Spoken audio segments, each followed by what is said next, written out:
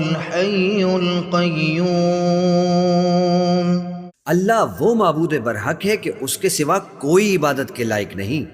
لا تأخذه سنة ولا نوم زندہ ہے سب کو تھامنے والا، اسے نہ اونگ آتی ہے نہ نیند. له ما في السماوات وما في الأرض جو کچھ آسمانوں میں اور جو کچھ زمین میں ہے سب اسی کا ہے.